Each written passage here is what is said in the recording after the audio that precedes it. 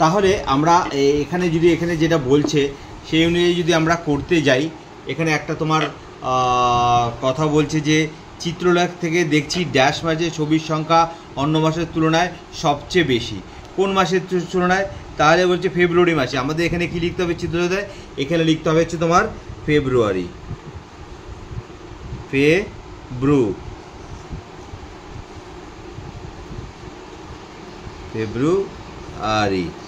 ফেব্রুয়ারি মাসে ছবির সংখ্যা অন্য মাসের তুলনায় সবচেয়ে বেশি, তাই ড্যাশ মাসে সবচেয়ে বেশি সংখ্যক তাঁতের শাড়ি তৈরি হয়েছিল। তাহলে এখানে এটাও ফেব্রুয়ারি হবে, এটাও ফেব্রুয়ারি, ঠিক আছে। এখানেও ফেব্রুয়ারি মাসে তাঁতের শাড়ির সংখ্যা সবচেয়ে বেশি। আচ্ছা, তারপরে কি বলেছে 2-এ, চিত্রলেখ থেকে দেখছি ড্যাশ মাসে ছবির সংখ্যা অন্য মাসের তুলনায় কম, তাই ড্যাশ মাসে সবচেয়ে কম সংখ্যক। দেখো সবচেয়ে কম আমরা জুন মাসে দেখতে পাচ্ছি, জুনে হচ্ছে তোমার সবচেয়ে কম সংখ্যক ছবি আছে, তাই জুন মাসে। তাহলে আমরা কী বলতে দেখছি এখানে জুন লিখতে হবে, জুন মাসে ছবির সংখ্যা অন্য মাসের তুলনায় কম, তাই জুন মাসে এখানে আবার জুন লিখতে হবে, জুন মাসে সবচেয়ে কম সংখ্যক তাঁতের শাড়ি তৈরি করেছিলেন। আচ্ছা, তারপরে 3 কি বলেছে, মার্চ মাসে 2টি সম্পূর্ণ ছবির জন্য 12টি তাঁতের শাড়ি এবং একটি অসম্পূর্ণ ছবির জন্য 3 ধরে নিলাম, তাই মার্চ মাসে 15টি শাড়ি তৈরি করা হয়েছিল। আমরা এখানে লিখেছিলাম মার্চ মাসে 15টি, দেখেছো? সেটাই এখানে ওরা করে দেখিয়েছে। তারপরে 4-এরটা কি বলেছে, যে মাসে 3টি অসম্পূর্ণ ছবি যে মাসে 3টি সম্পূর্ণ ছবির জন্য 3 ইন্টু তোমার এখানে আমরা কত দেবো, 3 ইন্টু এখানে যেহেতু তোমার 6 একটা মানে 6টা, তার মানে এখানে দেবো 6, ঠিক আছে। আচ্ছা, ইকুয়াল টু কত হবে, 3 6 18টি তাঁতের শাড়ি এবং একটি অসম্পূর্ণ তাদের জন্য প্রায় এত ধরে নিলাম। তাহলে এখানে আমরা 3 বলছে 3 ধরে নিলাম। যে মাসে মে মাসে মোট শাড়ি তৈরি করেছিলেন প্রায়, তাহলে আমরা কি লিখবো 18।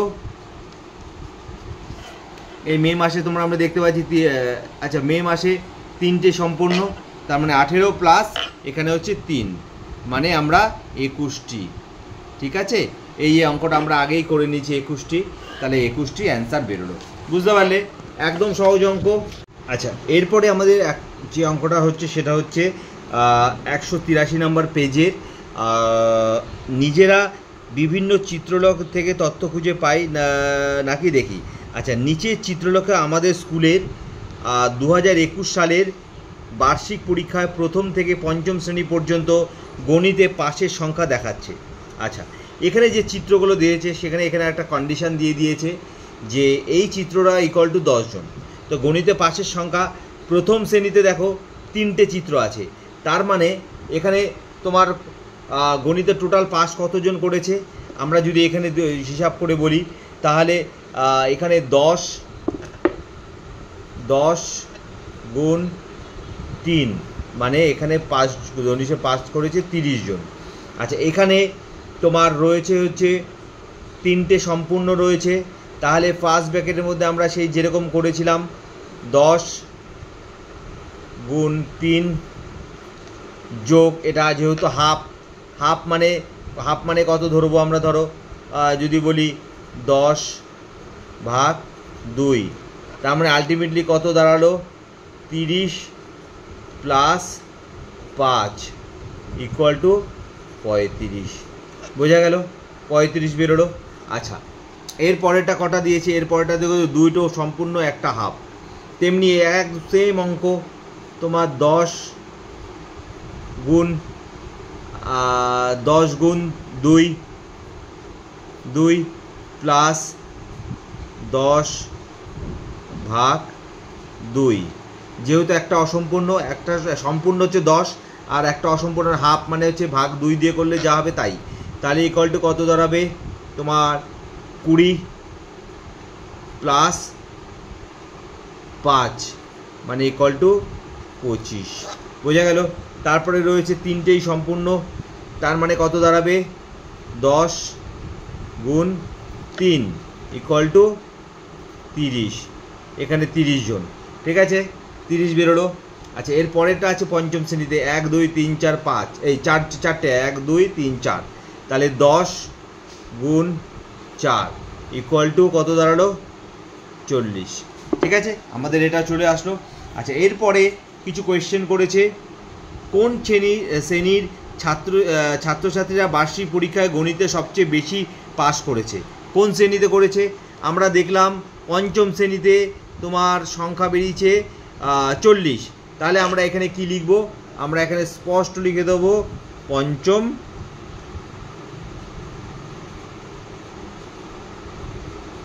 পঞ্চম শ্রেণী। ঠিক আছে, পঞ্চম শ্রেণী।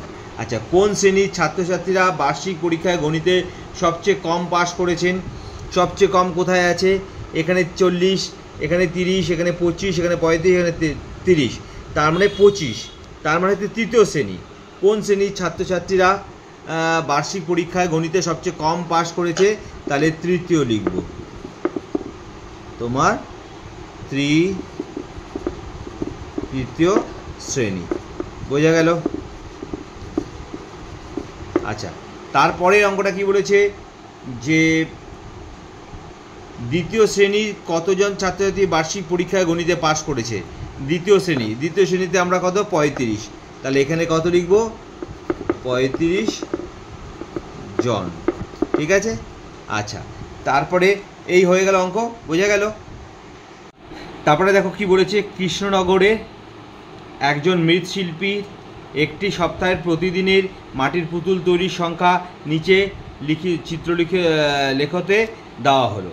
তাহলে পুতুলের তৈরির সংখ্যা সোমবার, একটা মাথায় এই যে ছবি ইকুয়াল টু 20টি, এই যে ছবি ইকুয়াল টু 20টি, সোমবার কটা পুতুল আছে? 1 2 3 4 5। তাহলে আমাদের এখানে যদি আমরা লিখি 5 আছে, তাহলে 5 গুণ 20, কারণ 1 2 3 4 5, 5টা ছবি আছে আর একটা ছবি ইকুয়াল টু আমরা কত জানি? 20টি। তাই এখানে তার মানে এখানে সে কটা করেছে? 5 20 100। আচ্ছা, মঙ্গলবারে কটা করেছে? 1 2 3 4 5 6, তার মানে 6 গুণ 20 মানে হচ্ছে 120। এখানে 1 2 3 4, তার মানে কত হবে? 4 গুণ 20 মানে হচ্ছে 80টি। আচ্ছা, তারপরে কটা আছে? বৃহস্পতিবারে 1 2 3 4 5 6 7, তার মানে ইকুয়াল টু, তার মানে কী হবে? 7 গুণ 20 মানে হচ্ছে 7 2 14, 140টি। আচ্ছা, তারপরে শুক্রবারে কটা আছে? 1 2 3 4, 4খানা ফুল আছে আর একটা আছে, ঠিক ওই একই টাইপের অঙ্ক। তোমার 4 গুণ 20 ইকুয়াল টু যোগ, আমরা কী করেছিলাম? একটা হাফ, মানে 20 তো হচ্ছে সম্পূর্ণ, হাফ মানে 20/2। তাহলে কটা আসলো? 40 দুগুণি 80। ঠিক আছে, 40 দুগুণি 80 প্লাস তোমার 2, এটা যদি করি তাহলে 10 মানে ইকুয়াল টু 90টি। বোঝা গেল? 90টি। আর এটা তো তাই এরকমই একই টাইপের আছে। আমরা কী করবো? 3টে ফুল, তার মানে 3 গুণ 20 যোগ একটা যেহেতু হাফ তাই জন্য 20/2। কেন করলাম হাফ? 20/2, একটা ইকুয়াল টু 20, তার হাফ কী বলে? তার মানে 2 দিয়ে ভাগ করলে হাফ বেরোয়, তাই জন্য এটা করলাম। তাহলে আমাদের কি দাঁড়াবে?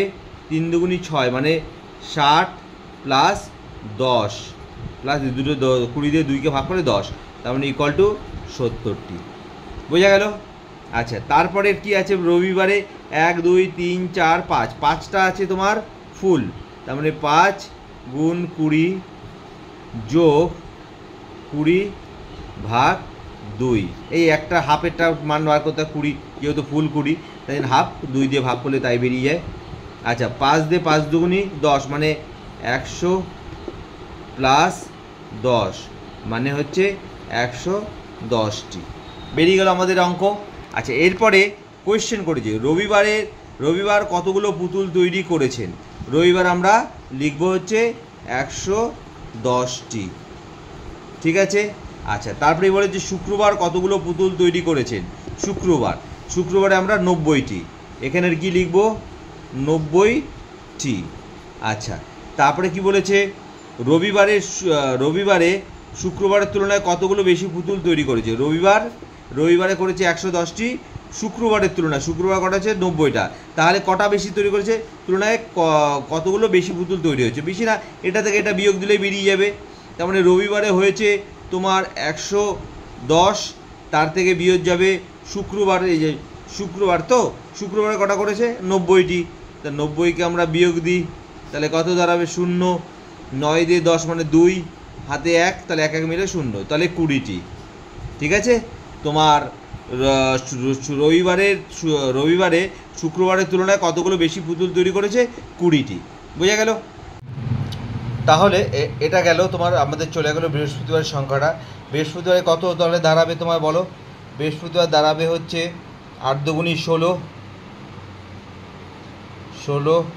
প্লাস তোমার 8/2 মানে হচ্ছে 4, মানে দাঁড়ালো গিয়ে তোমার কত? 20টি। ঠিক আছে, 16 আর 4 যোগ করলে হয় 20টি। আচ্ছা, তারপরে এটা কি বলেছে? এটা বলেছে 1 2 3 4 5, 5খানা ছবি আছে, সম্পূর্ণ আছে। আমরা অঙ্কটা এখান থেকে করি, যেহেতু ওখানে ধরছে না, তাহলে আমরা কি লিখব? 5 গুণ 8 যোগ 8/2। কেন 8/2 করলাম? যেহেতু অসম্পূর্ণ আছে, মিডিল আছে, তাই জন্য একটা ছবি 4, তাই জন্য 2 দিয়ে ভাগ করলে হাফ বেরোবে। তাহলে আলটিমেটলি কত দাঁড়ালো? 5 × 40 প্লাস 4 মানে হচ্ছে 44টি। ঠিক আছে। আচ্ছা, তারপরে কি বলেছে? কবে সবচেয়ে বেশি গাছ লাগানো হয়েছে? তাহলে আমরা 44 হচ্ছে সবচেয়ে বেশি, দেখছি এখানে 48 মানে সোমবার, তাহলে আমরা এখানে লিখে দিই সোমবার। আচ্ছা, তারপরে কবে সবচেয়ে কম গাছ লাগানো হয়েছিল? সেদিন কতগুলি গাছ লাগানো হয়েছিল? কবে সবচেয়ে কম আমরা দেখতে পাচ্ছি হচ্ছে তোমার বৃহস্পতিবার, তাহলে এখানে লিখবো হচ্ছে বৃহস্পতিবার।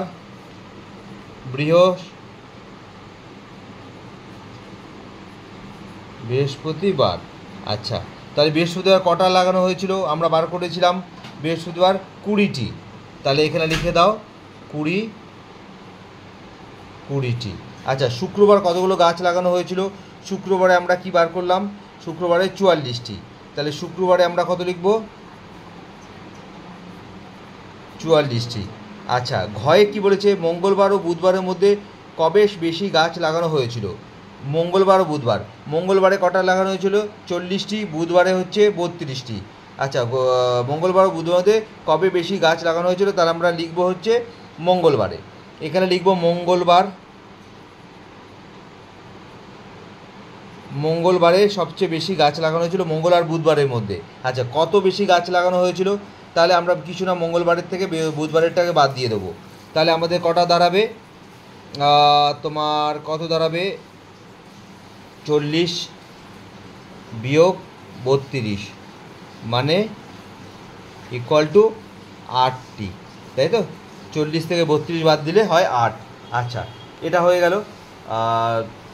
কত বেশি গাছ লাগানো হয়েছিল? তাহলে হচ্ছে 8টি। তাহলে বুঝতে পারলে তোমরা সবাই?